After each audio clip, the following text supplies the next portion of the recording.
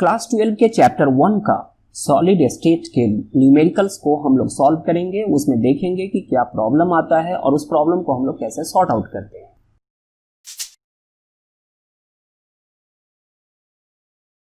नमस्कार, मैं हूं संजय कुमार और आप देख रहे हैं chemistry arena, a centre for excellence. आज हम लोग चैप्टर 1 क्लास 12 सॉलिड स्टेट का प्रॉब्लम 13 देखने जा रहे हैं। This problem reads like niobium crystallizes in body-centered cubic structure. Body-centered cubic structure means BCC. BCC cubic structure. If density is 8.55 gram per centimeter cube, calculate atomic radius of niobium using its atomic mass 93 unit. तो density D इसमें 8.55 gram centimetre cube दिया हुआ है। हमें इसका atomic radius निकालना है जो R से हम डिनोट करेंगे और इसका एटॉमिक मास 93 यूनिट दिया हुआ है जिसको कि हम लोग M से डिनोट करते हैं। तो इसके लिए हमें जिस फॉर्मूला की आवश्यकता होगी वो है डेंसिटी का। तो density equals ZM by A cube NA। D density है, Z नंबर ऑफ एटम्स है इन द क्रिस्टल, M इसका एटॉमिक मास है, A एज है उस क्रिस्टल का और NA एवोगैड्रो नंबर है। तो इसमें हम देखें कि हमारा गिवन क्या क्या है। तो हियर गिवन इज ये BCC है, तो इसका Z का value for BCC lattice Z का वैल्यू होता है 2। M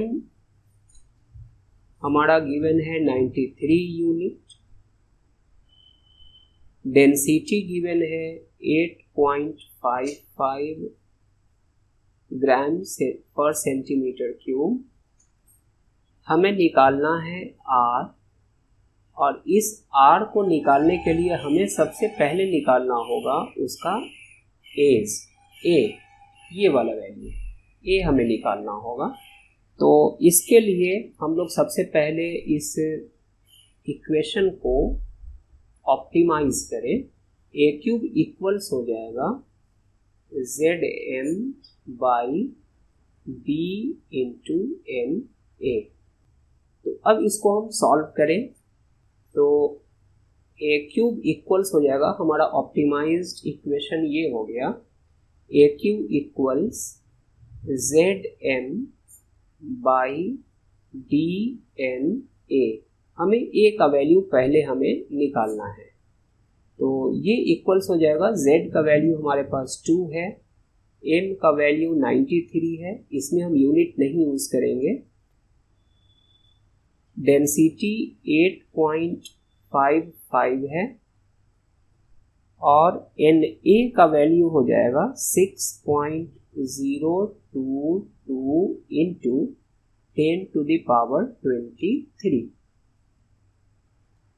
तो इसमें ये जो 10 का पावर है ये ऊपर चला जाएगा, तो ये आ जाएगा हमारा 10 टू द पावर -23 और 2 इंटू 93 को डिवाइड करेंगे 8.55 इंटू 6.022 से, तो इसका वैल्यू हमारा आएगा 3.6125।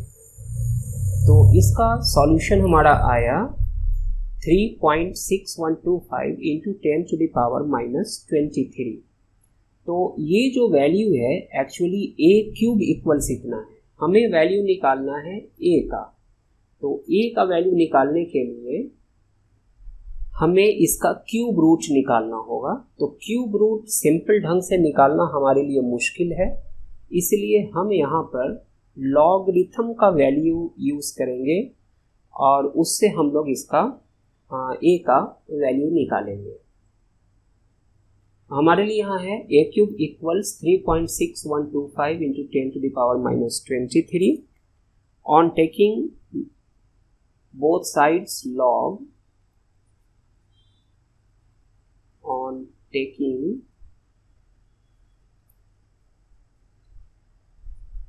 both sides log, ये हो जाएगा log a cube equals log 3.6125 into 10⁻⁻23। Log का वैल्यू अगर आप निकालना नहीं जानते हैं तो इसका मैं लिंक दूंगा, उसमें आप इसको देख लेंगे। ऐसे यहाँ भी मैं इसको समझाऊंगा। तो log a cube equals log 3.6125 into 10⁻⁻23 और ये हो जाएगा 3 log a equals log 3.6125 plus log जब इंटू में हो तो ये प्लस कर देते हैं, ये एक्चुअली ऐसे था, प्लस log 10⁻⁻23 और 3 log a इक्वल्स log 3.6125, यहाँ पर फिर ये -23 हो जाएगा, यहाँ पर -23 इंटू log 10 और 3 log a इक्वल्स, अब यहाँ में log 3.6125 का वैल्यू निकालना है, तो हमें इसका वैल्यू देखना होगा log टेबल में 36 का 1 और फिर उसके बाद 2। log टेबल में हम 4 डिजिट तक ही देखते हैं, तो हमें देखना है 36 का 1। तो log टेबल हम देखें, log में 36 का 1, तो 36 का 1 ये हो गया 5575, तो यहाँ इसका वैल्यू हो गया log का 5575 और उसके बाद हमें देखना है 2, तो 2 का वैल्यू देखिए 36 का 2 और फिर इधर में 2 1 2, ये वैल्यू हो गया 2, इसको उसमें हम ऐड कर देंगे।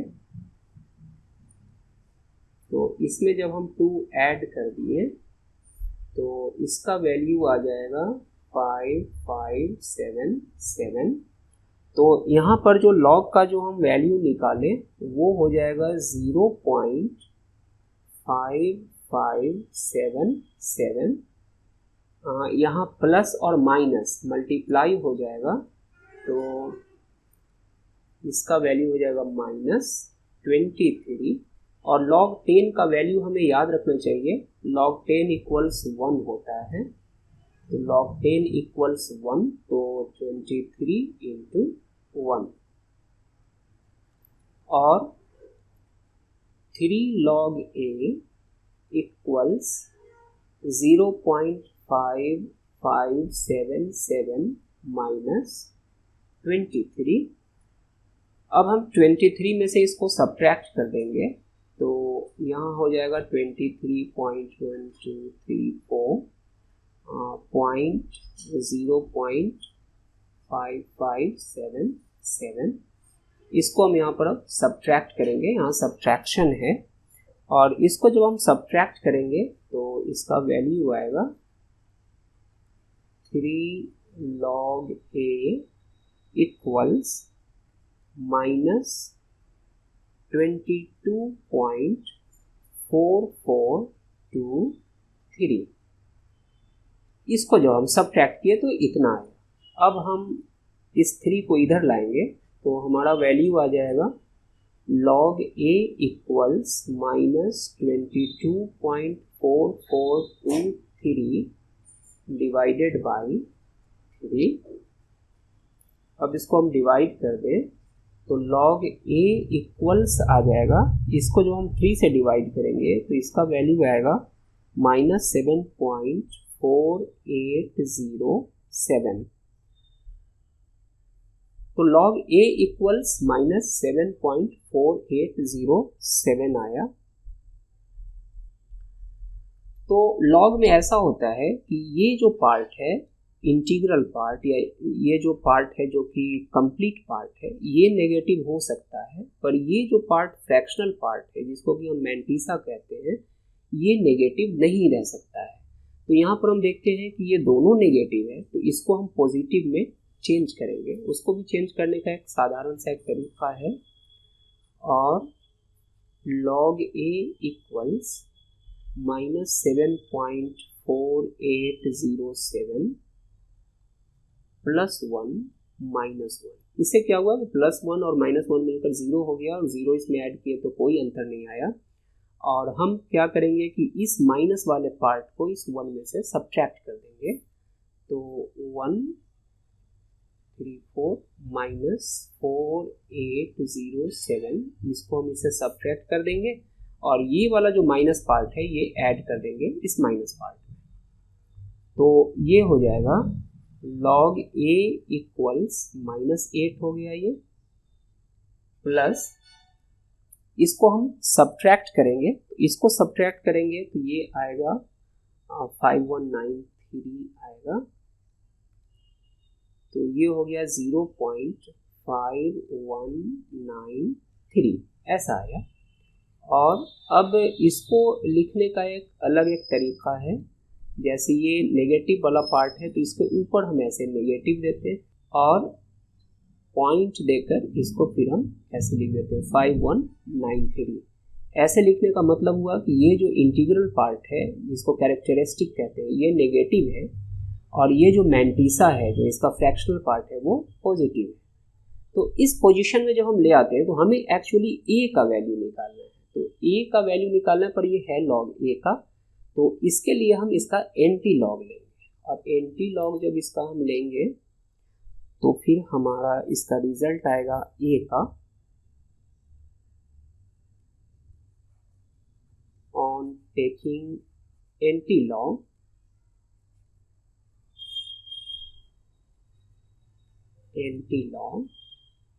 तो log a का जब एंटी लॉग लेंगे तो ये हो जाएगा a इक्वल्स, और इसका एंटी लॉग जब हम निकालेंगे तो यहाँ जो ये कैरेक्टरिस्टिक है, तो यहाँ जो ये कैरेक्टरिस्टिक है ये 10 के पावर में आ जाएगा। तो हम यहाँ इसको लिख दें 10 के पावर में 10 टू द पावर -8। और ये जो पार्ट है मैंटीसा वाला जो कि डेसिमल में, इसको हम एंटी लॉग में देखेंगे। एंटी लॉग वाले टेबल में 51 का 9 और फिर उसके बाद 3 देखेंगे, और इस सब को हम ऐड करेंगे। तो 51 के 9 का 3 अब हम लोग देखें एंटी लॉग में, ये देखिए एंटी लॉग वाला है, आपके बुक में ये दिया हुआ होगा लास्ट पेज में।